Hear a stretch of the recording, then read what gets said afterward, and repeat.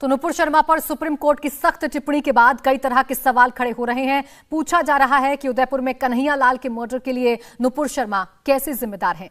क्या कन्हैया की हत्या के लिए नुपुर के बयान को जिम्मेदार ठहराना जायज है? इसी मुद्दे पर बात करने के लिए हमारे साथ जुड़ रहे हैं दिल्ली हाई कोर्ट के रिटायर्ड जज एसएन ढींगरा जी। स्वागत है आपका एसएन ढींगरा जी इंडिया टीवी पर। सबसे पहला सवाल यही है कि जो सुप्रीम कोर्ट ने सख्त टिप्पणी की और जिम्मेदार ठहरा दिया नुपुर शर्मा को उदयपुर की इस जघन्य घटना का, इसे आप कैसे देखते हैं, किस नजरिए से देखते हैं?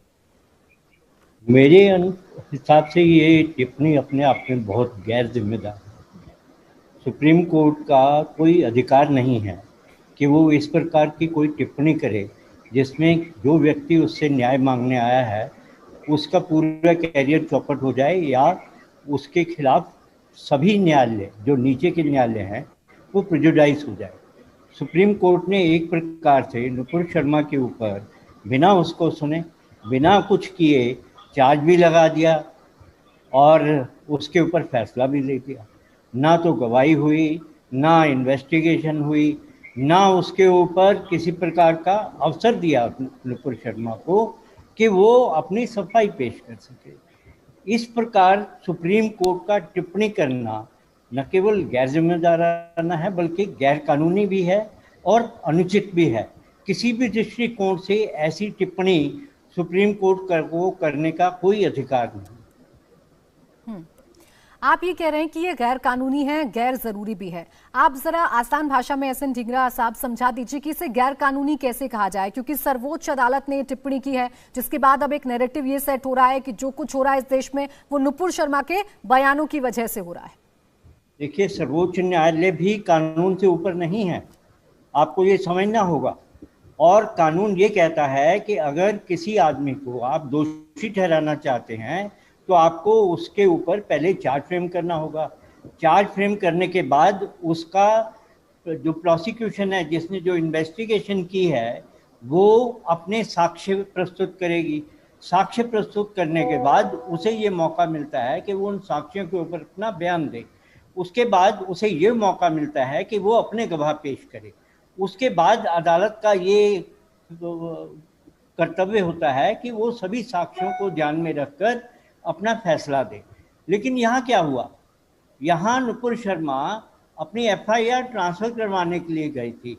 सुप्रीम कोर्ट ने नुपुर शर्मा के बयान के ऊपर स्वतः संज्ञान ले लिया कि नुपुर शर्मा का बयान जनता को भड़काने वाला था। अगर सुप्रीम कोर्ट के जज को ये कहा जाए कि आप अदालत में आकर के गवाही दीजिए और बताइए कि ये बयान जनता को कैसे भड़काने वाला था, तो सुप्रीम कोर्ट के जज साहब को पेश होना पड़ेगा, अदालत में जाकर के बताना पड़ेगा कि वो कैसे उन्होंने ये बयान दिया। और अगर मैं जज होता ट्रायल कोर्ट का तो मैं सबसे पहले इन्हीं जज साहब को बुलाता, कहता कि आप आइए और गवाही दीजिए, बताइए कि नुपुर शर्मा ने क्या गलत कहा, क्यों गलत कहा और उसका प्रभाव आप किस रूप में कैसे देखते हैं। अखबारों के उस पर या कुछ लोगों के कहने पर या टीवी मीडिया और लोगों के उसके ऊपर आपने अपनी राय बना ली। आपने खुद क्या महसूस किया, आप ये बताइए, और कैसे महसूस किया। तो ये जो है काम सुप्रीम कोर्ट का नहीं है कि वो ट्रायल करे। जब कोई आदमी ट्रायल के लिए जाता है तो उसको सबसे पहले निचली अदालत में जाना पड़ता है, जो कि खुद सुप्रीम कोर्ट ने कहा कि आप मेरे पास क्यों आए, मजिस्ट्रेट है ट्रायल के लिए। तो मजिस्ट्रेट अगर ट्रायल के लिए है तो ये बात सुप्रीम कोर्ट कैसे भूल गया कि ट्रायल तो मजिस्ट्रेट करता है, मैं क्यों ट्रायल कर रहा हूँ। तो ये इसलिए गैर कानूनी है, गैर जिम्मेदाराना है ही है, क्योंकि ये सुप्रीम कोर्ट कम से कम सैकड़ों ऐसे फैसले दे चुका है कि जजों को अपने केस से बाहर हटकर किसी प्रकार का गैर जिम्मेदाराना बयान नहीं देना चाहिए, केस से संबंधित बयान देना। और यहाँ केस था कि एफआईआर ट्रांसफर करिए, 50 थानों में एफआईआर है, वो एक जगह ट्रायल हो, मेरी जान को खतरा है। और ये एक तथ्य है, क्योंकि ऐसे अन्य केस हो चुके हैं जिसमें नुपुर शर्मा को सपोर्ट करने वालों की हत्या कर दी गई, नुपुर शर्मा को खुद धमकी दी, उसको रेप करने की धमकी दी गई। इतनी बड़ी साक्ष्य होने पर, इतने बड़ी धमकियां होने पर भी सुप्रीम कोर्ट का ही अधिकार था कि वो अलग अलग स्टेट में जो मुकदमे हैं उन्हें एक स्टेट में ट्रांसफर कर सके। सुप्रीम कोर्ट ने उसके ऊपर तो सुनवाई की नहीं, वो केस जबरदस्ती वापस दिलवा दिया और एक अनावश्यक, गैर जरूरी और आवेश में आकर के राजनीतिक बयान दे दिया, जिसका आप सभी लोग फायदा उठा रहे हैं। लोग ये कह रहे हैं अरे वो तो बच्चे थे, वो तो मिसगाइडेड चिल्ड्रन थे। अरे मिसगाइडेड चिल्ड्रन क्या हत्याएं कर रहे हैं? और कहाँ कहाँ हत्याएं कर रहे हैं? और नुपुर शर्मा के बयान से पहले क्या इस प्रकार की हत्याएं नहीं हुई? इस प्रकार की हत्याएं आज़ादी से पहले से हो रही हैं, जब चुन चुन कर किसी भी व्यक्ति को सिर्फ इसलिए मार दिया जाता था कि वो हिंदू है और उसने कोई ऐसा जो उनके नज़र में गैर जिम्मेदाराना बयान दिया है। तो सुप्रीम कोर्ट का ये बयान अपने आप में अनावश्यक, गैर जरूरी, गैर जिम्मेदाराना तीनों और कानून के विपरीत तो है।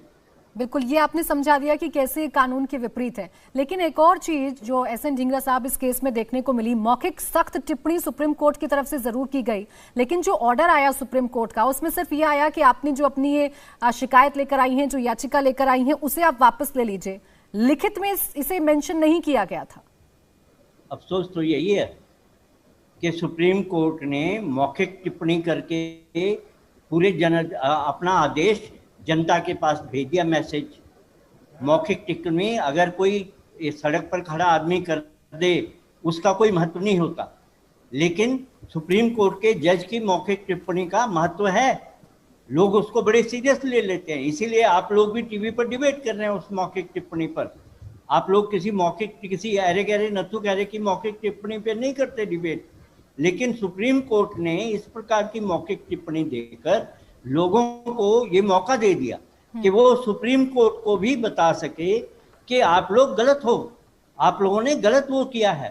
सुप्रीम कोर्ट ने असल में अपने आप को इतने नीचे स्तर पर ले आए कि मजिस्ट्रेट भी इस प्रकार के काम नहीं करता। मजिस्ट्रेट भी किसी को बिना पूरी सुनवाई के ऐसे मौखिक रूप से आदेश नहीं देता जैसे सुप्रीम कोर्ट ने दिया।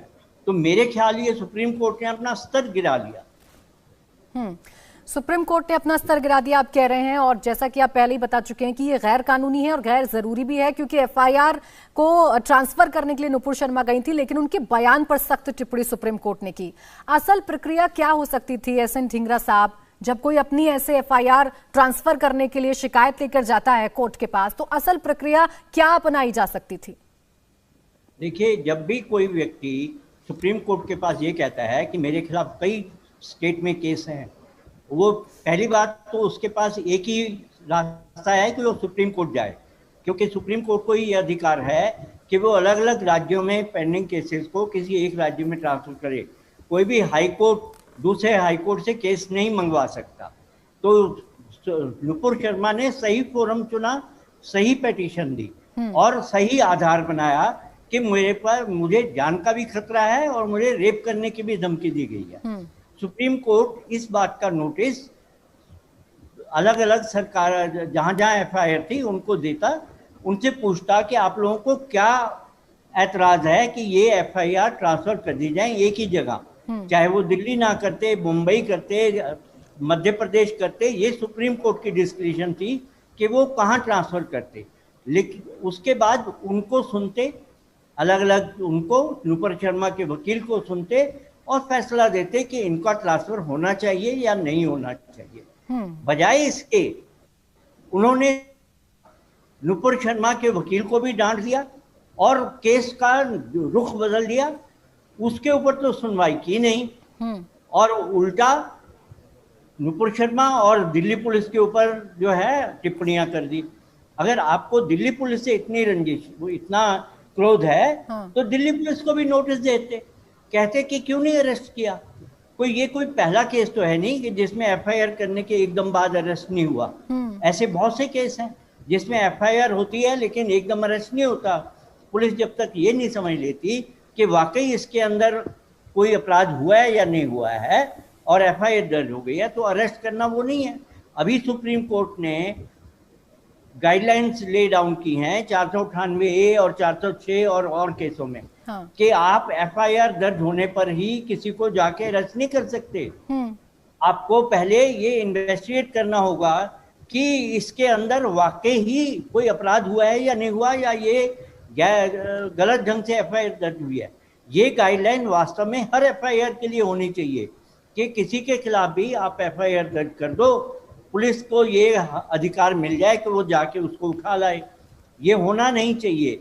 ये कानून गलत है कि एफआईआर होते ही किसी को जाके उठा लाओ। ठीक। जब तक आपके पास साक्ष्य ना हो कि जिस व्यक्ति ने के खिलाफ एफआईआर है उसने अपराध किया है, वाकई उस अपराध में संलग्न है, तब तक आपको उसको अरेस्ट नहीं करना चाहिए। लेकिन यहाँ तो मामला ही उल्टा है। पुलिस को बजाय पूछने के आप जो वादी गया है उसी को डांटे जा रहे हो। भाई उसने तो नहीं कहा कि मुझे अरेस्ट मत करो, और आप सोचते हो कि अगर उसके लिए पुलिस ने रेड कारपेट बिछा रखी है तो पुलिस से पूछिए। जवाबदेही तो पुलिस की है ना। और सत्ता तो जहाँ तक मैं जानता हूँ, सत्ता हर आदमी जो जिस पद पर है उसे उतनी सत्ता तो मिली हुई होती है जी। अगर नुपुर शर्मा बीजेपी में है और प्रवक्ता थी, सीनियर लीडर है, उनकी भी कुछ ना कुछ सत्ता होगी, लेकिन उससे कहीं अधिक सत्ता तो सुप्रीम कोर्ट जजों की है जो इतने ऊंचे पद पर बैठे हैं और सत्तासीन हैं। अगर उनका नुपुर शर्मा का कोई दायित्व है कि वो सोच समझ कर बोले, हाँ। उससे कहीं ज्यादा दायित्व सुप्रीम कोर्ट के जजों का है कि वो सोच समझ कर बोले। वो क्यों बिना सोचे समझे इस प्रकार की टिप्पणियां करते हैं। और अगर उन्हें अधिकार है, वो सोचते हैं कि उन्हें तो अधिकार है क्योंकि वो राजा हैं and king can do no wrong, तो वो ये अधिकार हर आदमी सोचता है कि मुझे भी है। ढींगरा साहब, चूंकि नुपुर शर्मा की यहाँ पर बात चल रही है और आपने पूरी प्रक्रिया समझाई कि क्या प्रक्रिया हो सकती थी, ये भी बताया कि कैसे इसे गैर जरूरी बताया जा रहा है। अब नुपुर शर्मा के पास क्या विकल्प बचते हैं, वो अब आगे क्या कर सकते हैं सर्वोच्च अदालत की इस टिप्पणी के बाद? देखिए, नुपुर शर्मा मेरे ख्याल से अपने हाई कोर्ट जहाँ पर उसके केस हैं उन सभी हाई कोर्टों में उसे जाना पड़ेगा कि ये या तो एफआईआर रद्द की जाए या एफआईआर को एक ही जगह ट्रांसफर कर दी जाए। सुप्रीम कोर्ट ने एकदम तो अपने दरवाजे बंद कर दिए और विड्रॉ हुई है। विड्रॉ होने का एक लाभ ये भी होता है कि आप दोबारा अप्रोच कर सकते हो, लेकिन सुप्रीम कोर्ट का जो रुख है उसको देखते हुए मुझे नहीं लगता कि सुप्रीम कोर्ट में ये दोबारा डाली जाए। तो हाईकोर्टों में जाकर के रिक्वेस्ट करनी पड़ेगी कि ये सभी केस एक ही जगह ट्रांसफर कर दें। अच्छा, जैसा कि आप बता रहे थे जस्टिस ढींगरा साहब की जो टिप्पणी की गई है वो कितनी गैर जरूरी है, आपने बताया कि ऐसे वक्त में इसका क्या असर पड़ सकता है। अब जब निचली अदालतों में जाएंगी नुपुर शर्मा आपने इस केस को लेकर, तो इस टिप्पणी का क्या असर पड़ेगा और जो मजिस्ट्रेट होंगे वो इससे किस तरीके से देखेंगे, क्या कानूनी प्रक्रिया हो सकती है, चूंकि ये मामला सुप्रीम कोर्ट का है, उन्होंने टिप्पणी की है। देखिए, मेरे को सबसे अधिक जो अफसोस की बात लग रही है वो यही कि इसमें सभी मजिस्ट्रेट इस बात से प्रेजुडाइज हो जाएंगे कि सुप्रीम कोर्ट ने पहले ही अपना रुख इसमें बता दिया और इस बात का नुपुर शर्मा के केस पर बहुत बुरा असर होगा, ट्रायल के ऊपर बहुत बुरा असर होगा। और मैं जानता हूं किसी भी ट्रायल कोर्ट जज में या हाई कोर्ट जज में इतना साहस नहीं है कि वो सुप्रीम कोर्ट के इन जज साहब को अपने सामने गवाह के रूप में बुला करके कहे कि आ जाओ, पेश हो जाओ और ज़रा आपका अपना क्रॉस एग्जामिनेशन करवाओ कि ये कैसे। अगर किसी जज में इतना साहस है तो वो ये ट्रायल वास्तव में एक असली ट्रायल होगी। अगर किसी जज में साहस नहीं है तो ये सुप्रीम कोर्ट की टिप्पणी उस जज के लिए एक आदर्श वाक्य के रूप में रहेगी। लोग जो भी प्रतिपक्ष होगा, नुपुर शर्मा के विपक्ष में होगा, वो कहेगा सुप्रीम कोर्ट ने तो ये देखिए पहले ही कह दिया, अब आप क्या फैसला करोगे। जब सुप्रीम कोर्ट ने कह दिया कि पूरे भारत में जितने दंगे हो रहे हैं, जितनी हत्याएं हो रही हैं वो नुपुर शर्मा के कारण हो रही हैं, तो अब आपको क्या चाहिए। बिल्कुल ढींगरा साहब, आप कह रहे हैं कि वो जो नैरेटिव एक सेट हो गया अब उसे बीट करना बड़ा मुश्किल हो पाएगा। बहुत शुक्रिया आपका हमारे साथ जुड़ने के लिए ढींगरा साहब, और तमाम कानूनी चीजें समझाने के लिए हमारे दर्शकों को कि आखिर क्यों सवाल उठाए जा रहे हैं और ये पूछा जा रहा है कि नुपुर शर्मा कैसे जिम्मेदार हो गई उदयपुर कांड के लिए। बहुत शुक्रिया आपका।